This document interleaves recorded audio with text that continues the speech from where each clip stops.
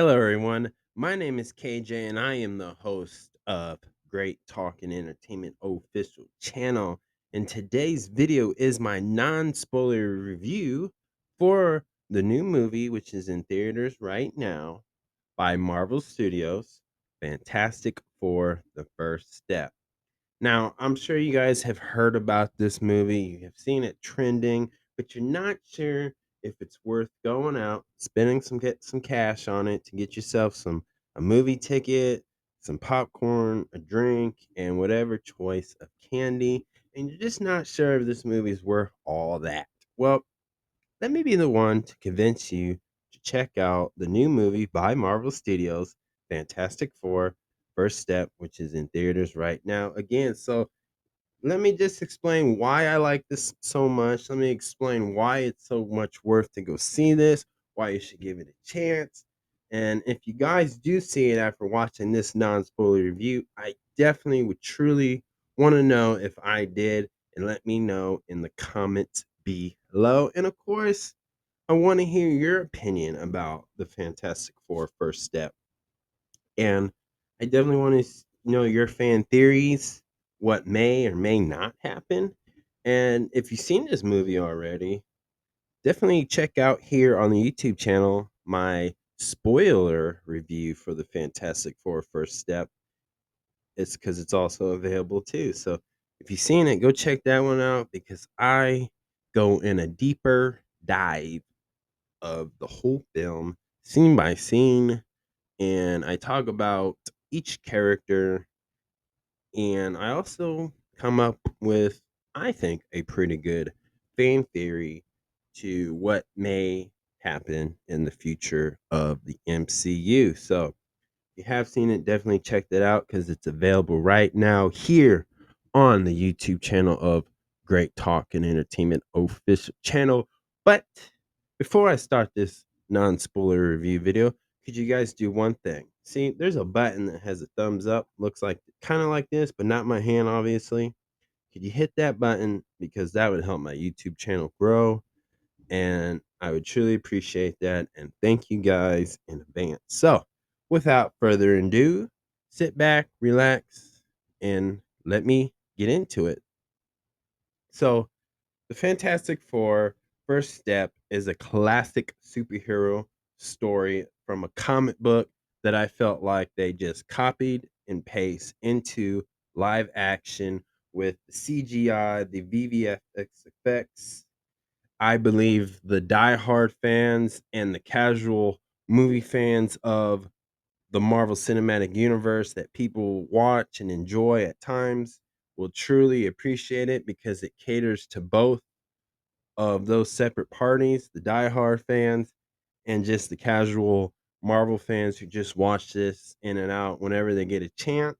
I think you guys would truly, truly, truly enjoy this because this film, like I said, about the CGI to the VFX effects, it all blends in so well. They even use actual props in this film too, and it's really so good that you can't really tell at times of which one is just created from digital and what's like an actual created prop that they actually use to, you know, in the film or with certain characters or the background.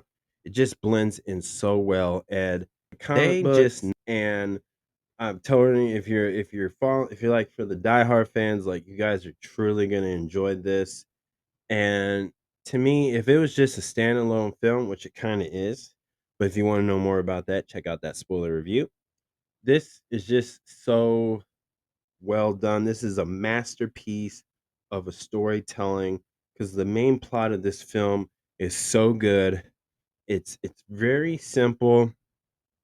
It doesn't feel like you have to do some quote unquote homework to understand what's going on. Like, what I mean by that is you don't need to watch like 3 or 4 different Disney Plus series by Marvel and watch that just to understand what is actually going on into this movie.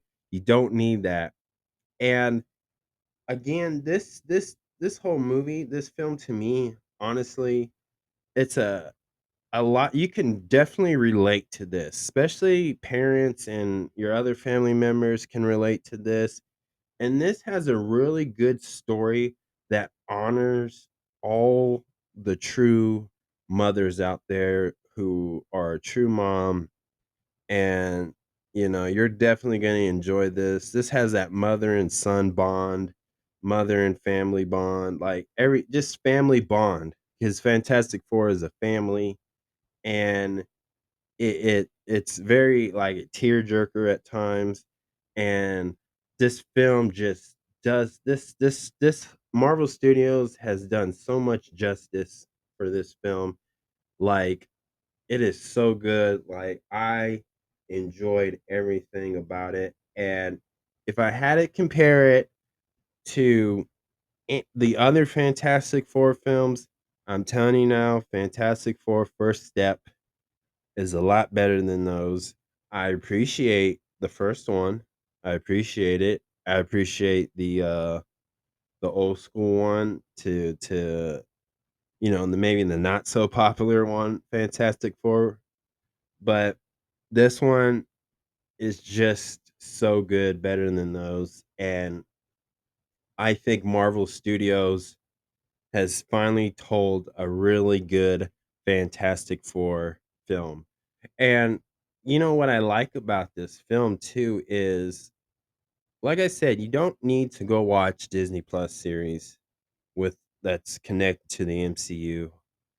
You just need to watch this, and it's not an origin story, and they really did well to tell that origin story in a really cool way that I think you guys are going to truly enjoy and appreciate. And honestly, it's probably the best one of the best things that Marvel Studio has come out with this year so far. Like, I honestly, this is what they did in this. They need to continue on doing stories like this, and like the creativity with this. And director, and I hope I said his last name right, Matt Shackman, is he made this so well that I can't believe, like, we didn't get enough of this. And man, if I was Marvel Studio, I would have him direct two other films at least. Like, just I think he did so well, very creative, and the way everybody put this in together is just so good.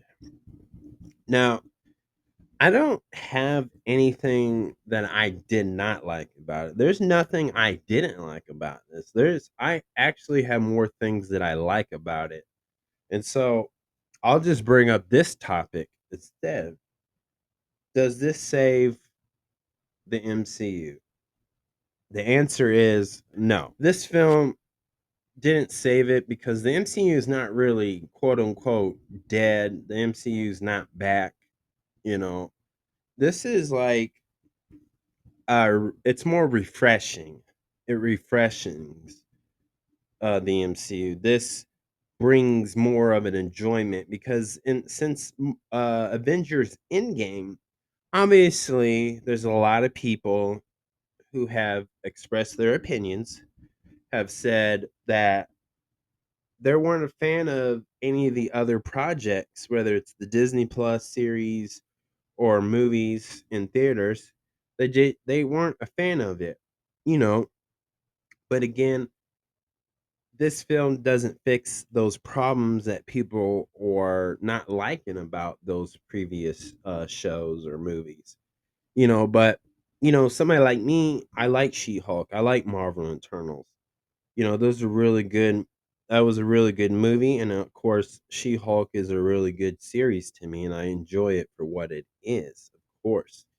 But this film doesn't help correct any of the things that maybe a lot of people don't like about those particular series and movie, right? It doesn't do that. It doesn't make Deadpool Wolverine any other better than what it is, and it doesn't make Captain America Brave New World any better than what it is right now as well, because again, one movie cannot just save a whole cinematic universe. It just can't be. But what they did is, as I'm using the word refreshing, is it refreshed everybody's enjoyment of this because they've been doing it for a long time now. And how do you keep this cinematic universe going, in the year 2025 to all the way to the year 2026 and up, right? That's a very challenging and a lot of commitment at from Disney and Marvel Studios, of course. And to me, though, this is the path that I think Marvel should stick to for a while. This is a film that, honestly, you know, it reminds me of the first Iron Man movie. It also reminds me of like the first Thor, the first Captain America movie within the MCU. This reminds me of, like Marvel Phase 1, 2, and 3 for sure. It has that feel to it. It gives you the idea of like something bigger is coming. But what they did is they told you such a great story in this film that it makes you want to see more of it.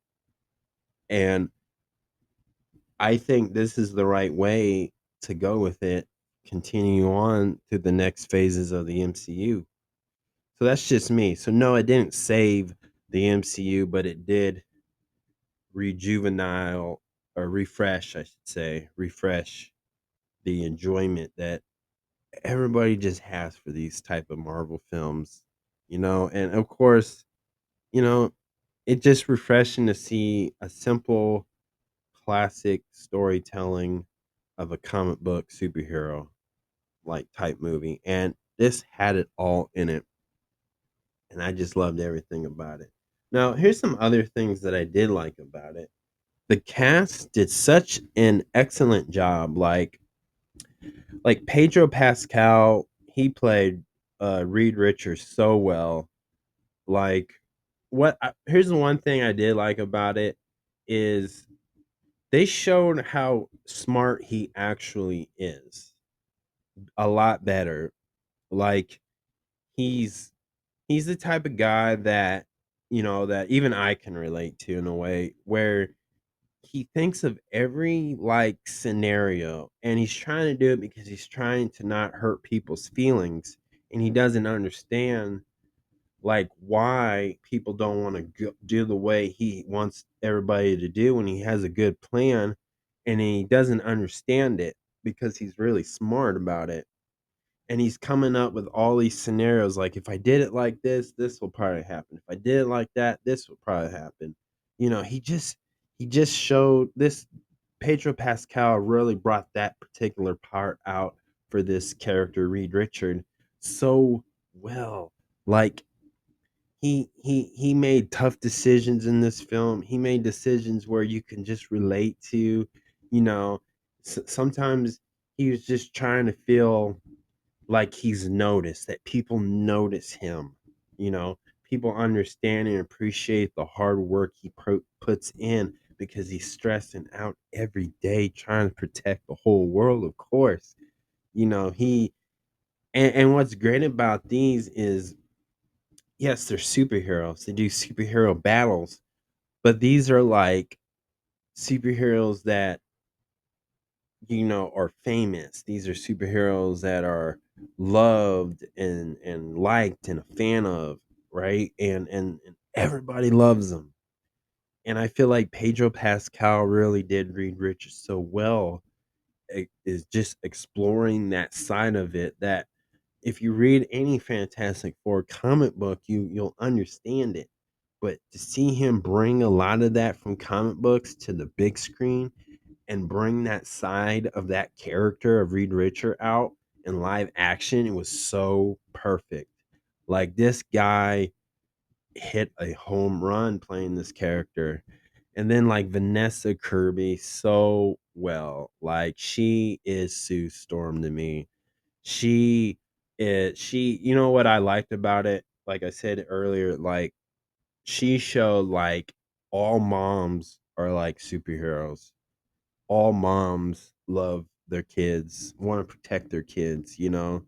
All moms want to do the right thing, and all moms have to make tough decisions. And that this is what Vanessa Kirby really showed and portrayed a lot with Sue Storm. And you know, this is a Marvel character that is very family, about the family basically, you know, all about family basically, like Vin Diesel, right? But um no, I was just kidding about that. But no, she really explored that. Vanessa Kirby really explored that and really showcased that character and showed a emotional side of Sue Storm that it's really a lot of stories with that type of storytelling in Fantastic Four comic books, and now to finally see a little bit of it in this film really inspires people, and it's really cool to see that. And you know, I always knew things like that would work in a live action, especially with the Fantastic Four, because these characters have a really cool dynamic. Even like uh Eben Moss, who played Ben Grimm, the Thing, right? What I like about his performance, he did so well. Like, he really brought out what Ben Grimm would be like in comic books as well. And my favorite thing is every time you see him like walk or talk, you would hear like, because his whole body's made out of rocks now, right? So imagine like two rocks just scratching or banging or clanking against each other. Like you can hear like that every time he like moves his fingers or talks or walks or picks up something. Like it's just small details like that that makes this character even so much better. And I love the design to that, the way they did it. You know, you can kinda tell that they actually made a suit of the Thing, AKA Ben Grimm, and you can tell that this actor, Eben Moss, actually put on an outfit, and then they just CGI and VVX it just a little bit and blend it so well. It's hard to tell which one was, like, an actual prop, like, was this an actual custom-made mask that he wore? Or was this all CGI? I mean, he probably did wear the bodysuit, of course, but it was just so well. And this is the best looking version out of the two live actions before that. This one really, they nailed this. This one's a home run. Like they should have done this a long time ago, of course, but this was done so well. And just to see him just be that, it was so cool. And you know what I also liked about it is they foreshadow some of, like, some things that happen to Ben Grimm in comic books, you know, from the good to the bad to the tragic, and they kind of foreshadow that just a little bit, just teasing enough to say, "Okay, you know, there's more to this, but we're just not gonna tell that story, not just yet." But they're man, the way they're going with him, like, I can't wait to see it, and I hope they tell certain stories that they told in Fantastic Four comic books about him, Ben Grimm, the Thing, because I think it's such a unique story and it could be relatable at times. You know, it's sometimes, you know, like this film really is art and it's imitating life. And I can't wait to see more of that because it's so good and it's so it just oh my gosh. And then actor Joseph Quinn, and I hope I said his name right and last name, but he played Johnny Storm, aka the Human Torch.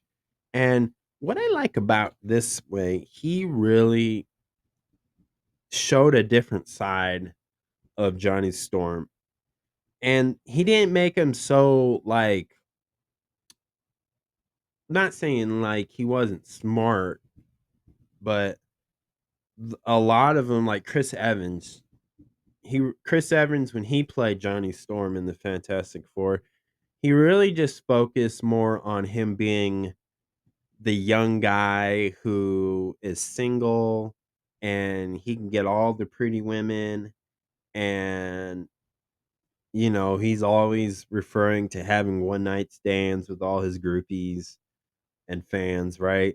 This one they really this one I think they did better because seeing the human torch say, "Hey, I can figure this out, guys. I'm not that stupid. I'm smart too." Like, he may not be on the same level as Reed Richard, but he can help solve the problem or solve a crime. He can take evidence, connect the evidence, and say, "Okay, here's the evidence.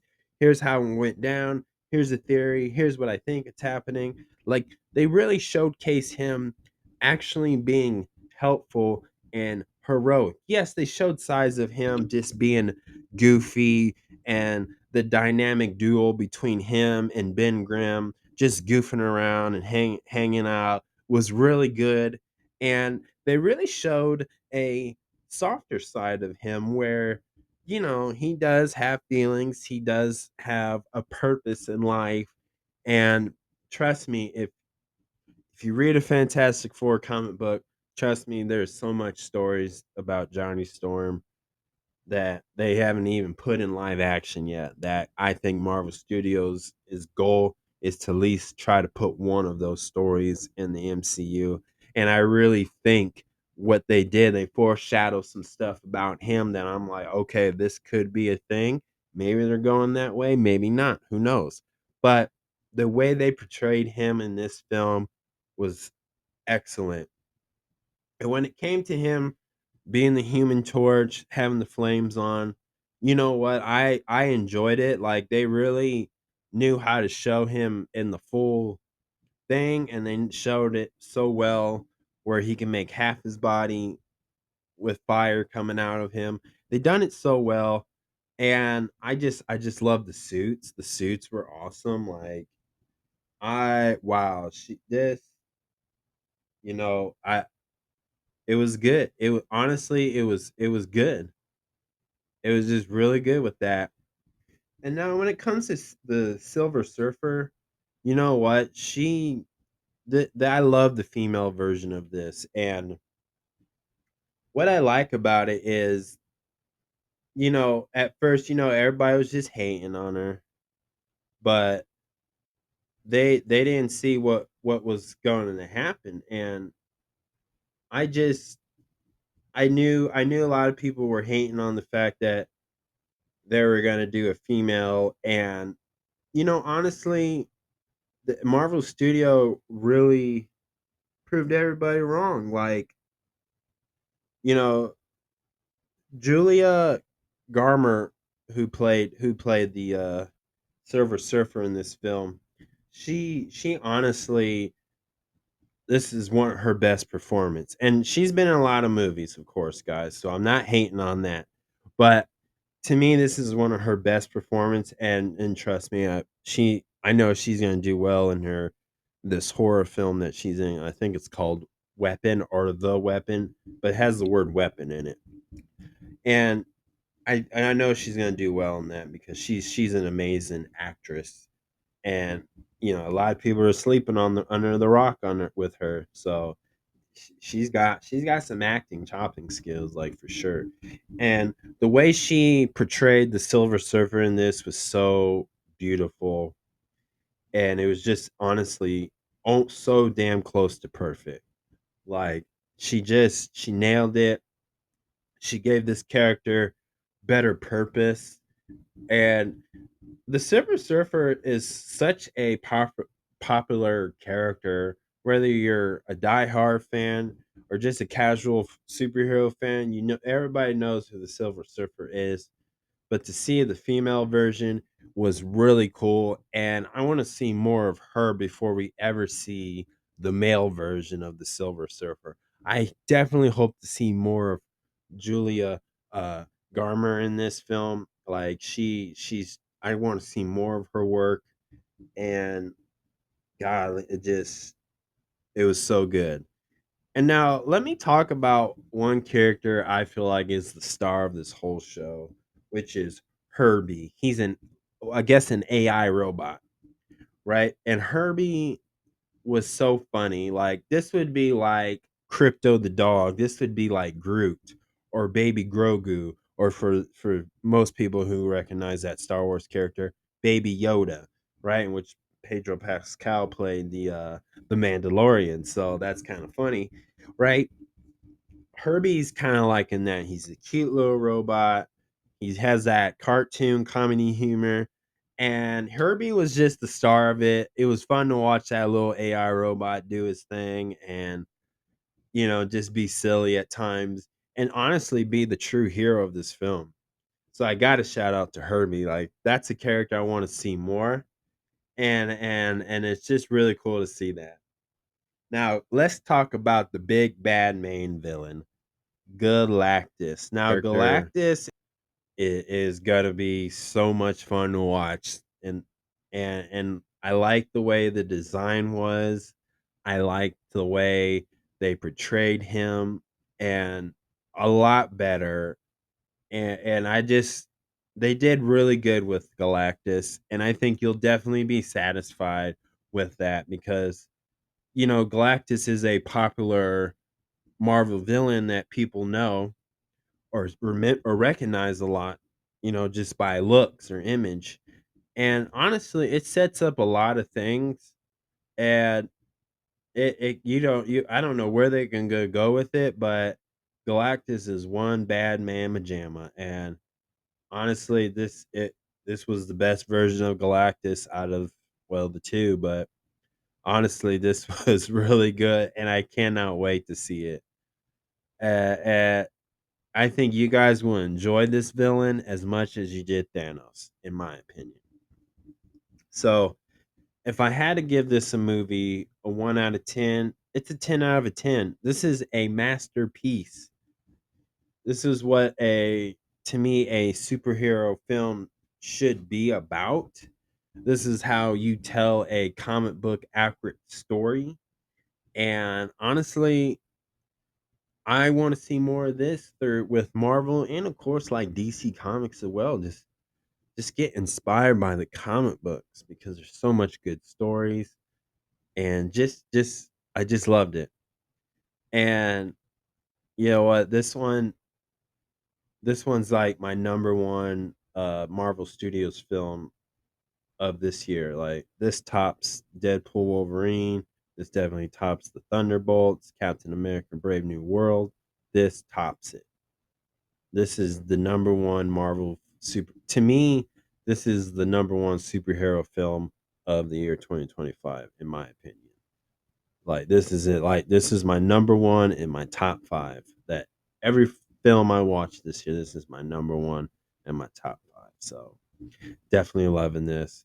And I hope you guys see this, guys. I really hope you do. And if you did because you watched this video, let me know in the comments below. And I definitely want to know what you think about the Fantastic Four, the first step. So that's my review, y'all.